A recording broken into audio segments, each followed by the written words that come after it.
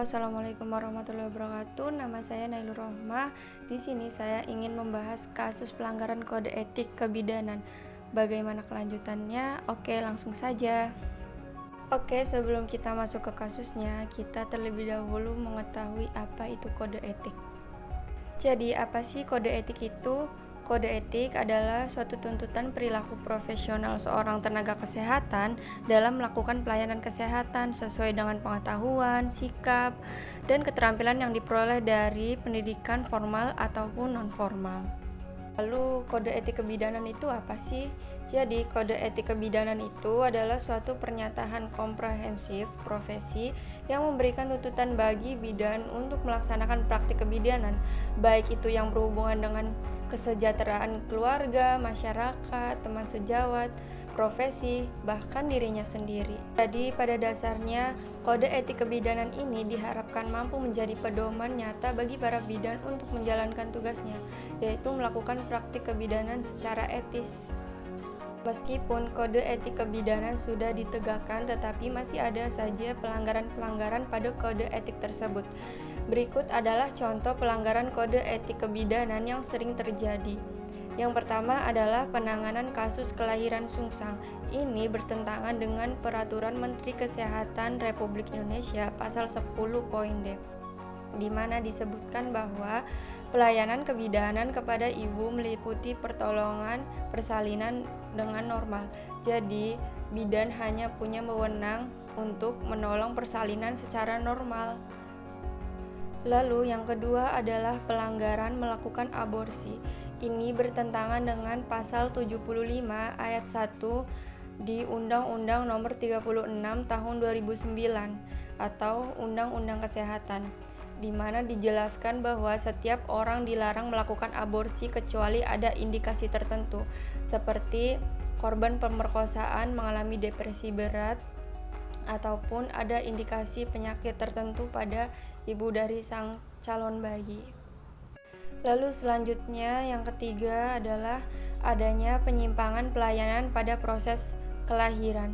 Jadi ini bertentangan dengan pelanggaran kode etik kebidanan bab 1, yaitu tentang kewajiban bidan terhadap klien dan masyarakat. Jadi sebelum kita masuk ke kasusnya, kita terlebih dahulu melihat persentase penyebab angka kematian ibu. Jadi, apa sih pentingnya dari persentase angka kematian ibu ini? Jadi, pentingnya adalah untuk sebagai indikator yang menunjukkan kesejahteraan masyarakat di suatu negara. Terlihat bahwa 33% ibu mengalami pendarahan, lalu disusul dengan 24% ibu yang mengalami kematian itu disebabkan oleh hipertensi dalam kehamilan. Selanjutnya 3%-nya adalah mengalami infeksi, dan yang paling besar yaitu 40% dengan penyebab yang lain-lainnya. Pada persentase 40% tersebut, penyebabnya adalah seperti komplikasi pada ibu di masa kehamilan ataupun nifas, lalu ibu melakukan tindakan aborsi apalagi yang tidak memenuhi standar medis, lalu ibu memiliki penyakit yang mendasari seperti diabetes dan jantung, lalu buruknya penanganan kesehatan dan fasilitas kesehatan yang tidak memadai. Buruknya pelayanan kesehatan ini biasanya terjadi pada saat penanganan proses persalinan, di mana ini bertentangan dengan kode etik kebidanan bab 2 butir 1, di mana dijelaskan bahwa setiap bidan itu senantiasa memberikan pelayanan paripurna kepada klien, keluarga, dan masyarakat sesuai dengan kemampuan profesi yang dimilikinya dan berdasarkan kebutuhan klien, keluarga, serta masyarakat. Dapat kita simpulkan bahwa penyebab angka kematian ibu itu dapat disebabkan juga karena pelanggaran kode etik kebidanan oleh seorang bidan yang menyebabkan nyawa seorang ibu tersebut terancam. Oke, selanjutnya kita masuk ke kasus pelanggaran kode etik kebidanan. Sebelumnya saya mengambil berita ini di tirto.id. Beritanya adalah telantarkan ibu melahirkan, bidan di Sampang dicabut izinnya. Jadi, Sampang adalah sebuah kabupaten yang berada di Provinsi Jawa Timur. Oke, kita masuk ke kronologi kasusnya. Ibu hamil ini berinisial AJ, usia 25 tahun. Kejadian ini terjadi pada tanggal 4 Juli 2020 pukul 10.30 waktu Indonesia bagian Barat.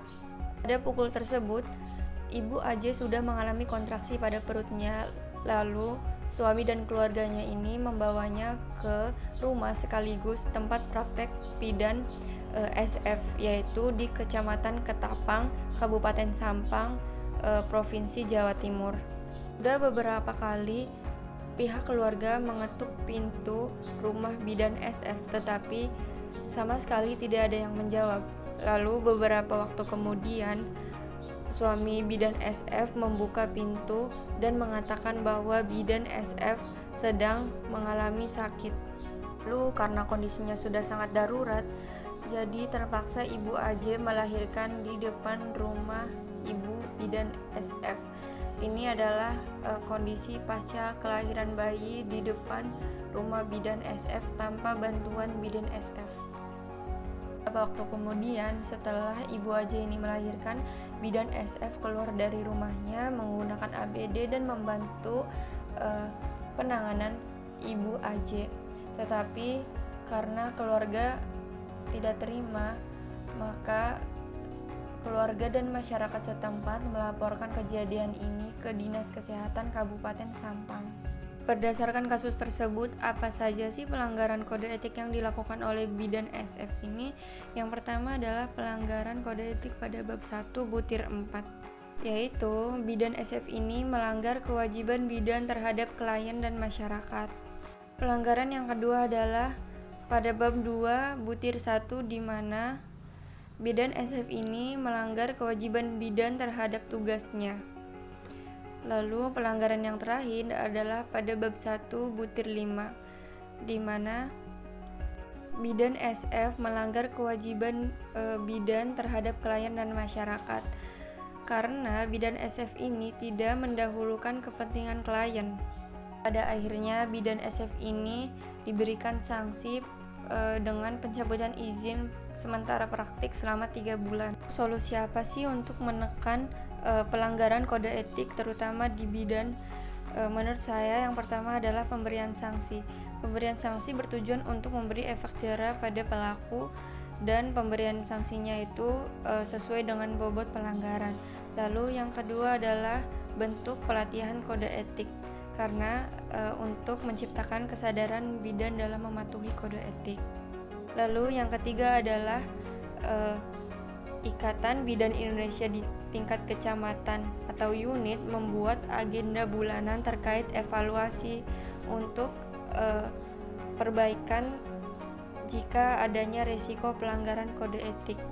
Dan yang terakhir adalah saling mengingatkan antar sesama bidan untuk meningkatkan profesionalitas kerja dan mematuhi kode etik.